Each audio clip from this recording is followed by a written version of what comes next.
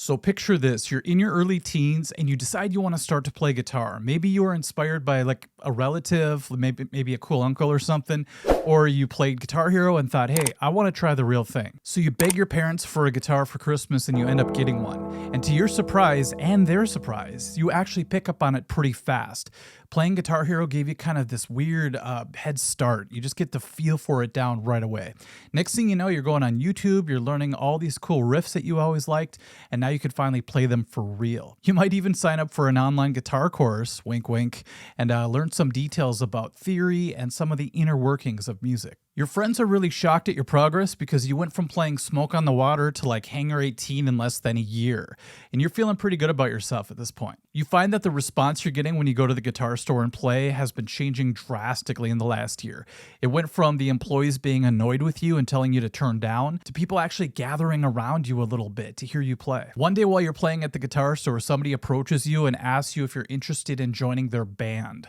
It's actually a cover band of older guys, and they play songs from like the Eagles and ZZ Top, and you tell them that you're not interested because you really want to focus on your flashy metal chops, and that doesn't seem to be the right kind of band for you. So you hold out until one day a group of teenagers comes up to you and asks you if you want to join their progressive metal band, and you say you're all in because you could finally utilize the full extent of your talents. Now, just like your skills, this metal band starts to take off really quick because you were the missing piece, and now they're ready to take off. Now, this goes on for many years, let's say 7 years.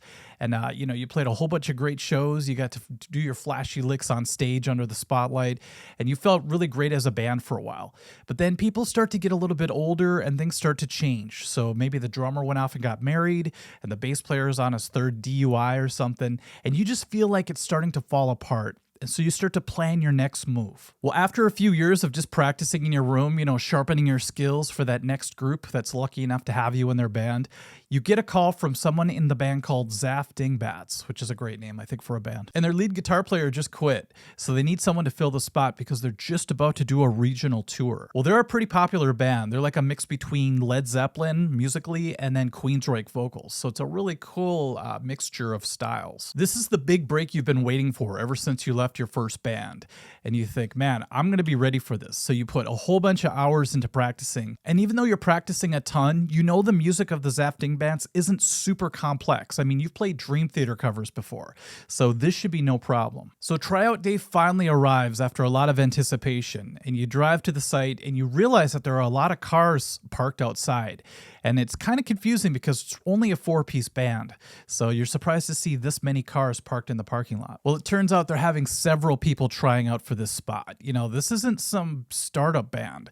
These guys are somewhat established. Like I said, they're ready to go on tour and they need someone ASAP. Turns out the band did a smart thing and they just want to try everybody out on the same day so that they don't have to keep coming back for more auditions. They're just going to get it over with in one fell swoop. So you get out of your car, you grab your modeler, you sling your gig bag over your shoulder, and you walk through the front door.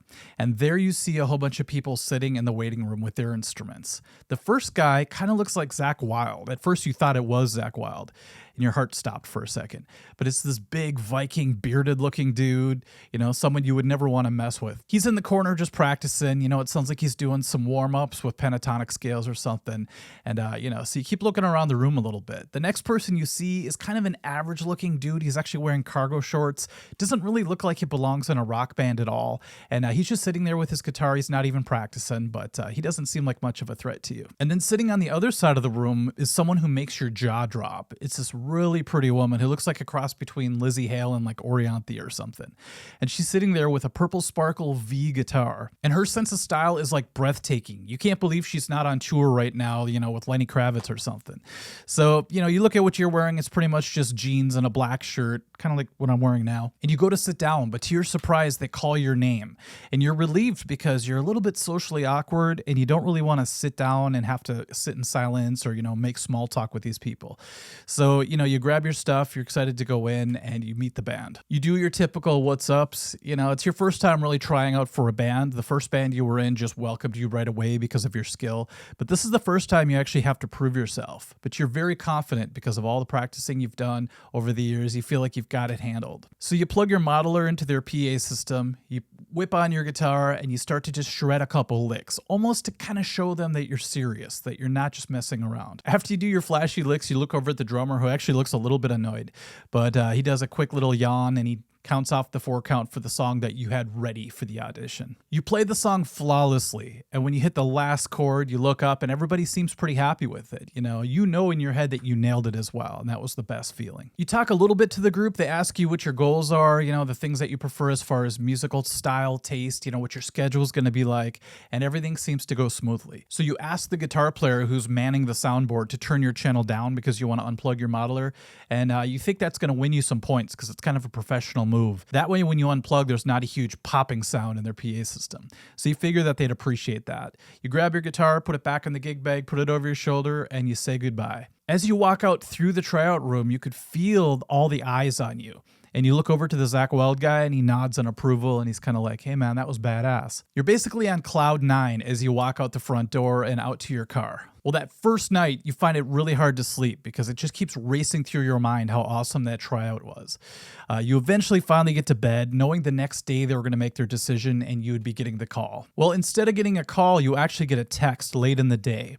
And the text just says, sorry, bro, we went with somebody else. At first, you think it's just a joke. You just can't believe that you didn't make the audition. So you text back, are you joking? And the follow-up is, no, sorry. So now you're just in this weird, numb state of disbelief, and all you want are answers. You want to find out what happened. So you text back, can I call you? He agrees and you call him directly. By the way, this is the band's manager you're talking to. Your first question is, well, who ended up getting the gig? And the manager says, do you remember that Viking-looking dude named Bjorn? He's the one who ended up with it. Of course, the guy who looks that cool would have that name, right? So then you ask, well, did he outplay me? Did he outshred me or something? And the manager's like, no, not at all. In fact, one part of the song, Bjorn actually screwed up so bad, they had to go back to the beginning and try it all again. Now you could feel yourself getting actually angry inside. And you ask, well, then how did he get the gig?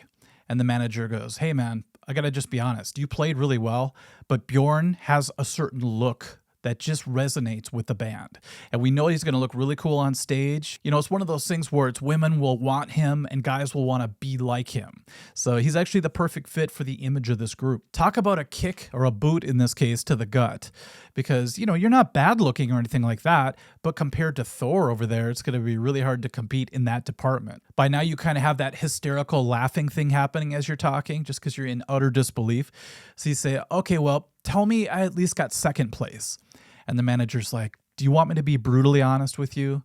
And you're like, yes, just hit me with it. And he's like, actually, second place went to Beth. And you kind of roll your eyes, even though he can't see you. But you go, let me guess, because she's gorgeous, right? And the manager's like, well, yeah, she is gorgeous. But the real reason why she came so close to getting the gig is because she's really connected with a lot of people in different bands. And she knows a lot of club owners, a lot of places we'd love to play, she's friends with. And so she'd be a really great asset in the band. And then he said, in fact, we're thinking of actually opening a spot in the band just to have her in the group because of all that value she could bring to us. So with 2 great looking people in the group, plus one that has all those connections, we can't lose. And then he said, oh, I forgot one thing. She's actually a great singer as well. And she could sing backup. And then you're like, well, I never even knew I was supposed to sing at the audition. And the manager goes, well, didn't you see that microphone sitting right in front of you the entire time? You could have just gone up and started singing backup. That would have been really cool. And you get kind of mad at yourself because you realize you just followed the rules exactly what you thought they wanted. And you did your best, but you could have done more if you just would have thought outside of the box a little bit. And then with the last year frustration, you just utter, well, at least tell me I made it higher than the normie looking dude. And then the manager's like, man, you're really putting me in a tough spot here.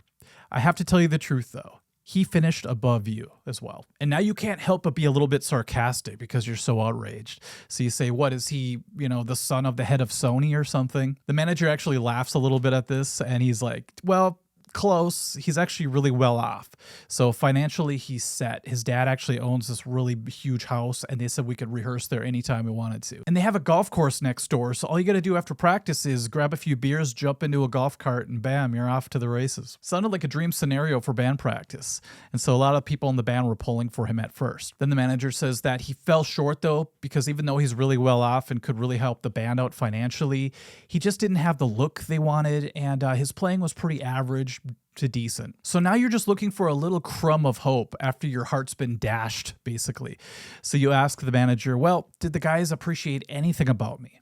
And the manager's like, hey man, don't get me wrong. Everybody loved your playing. They thought you were very solid, a top-notch player. But all that extra noodling you did before and during the song kind of turned the band off a little bit. Plus, when you get to the level that they're at, there are countless amounts of great players like you. To tell you the truth, they're pretty much a dime a dozen at this level. So you thank the manager for his honesty and you hang up. You go to bed defeated that night, but suddenly the truth begins to sink in. And you realize that you prioritized the wrong things the entire time you've been playing guitar. All you really focus on was getting better and better and better at your instrument, but you fail to realize that sometimes to be in these band situations, you need to have more than just that. It might seem really unfair, but a lot of things go into the decision-making process when it comes to being in a band. Are you easy to hang out with?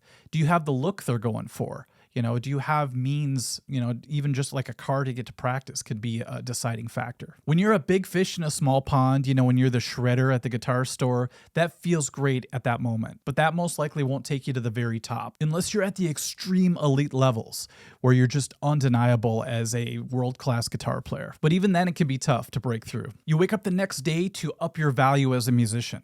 So you book some vocal coach sessions and you go to Regstock to pick up some sweet threads. You know that your playing is at a high level. So even though you'll still practice, you're not going to put all your attention on just your techniques anymore. You decide to work on improvising, actually writing songs too, being creative. And then you look to reach out a little bit and get to know the inner circles of musicians in your area so that you have a solid base and a community that you could always associate with. And even though the Zaff Dingbats passed on you and they're now on tour with their new guitar players, you know that the next time you try out for a band, you're going to have a lot more to offer than just what you play on your instrument. What really motivates you is that you know that the world is eventually going to see the 2.0 version of you, and you can't wait to see how far that takes you.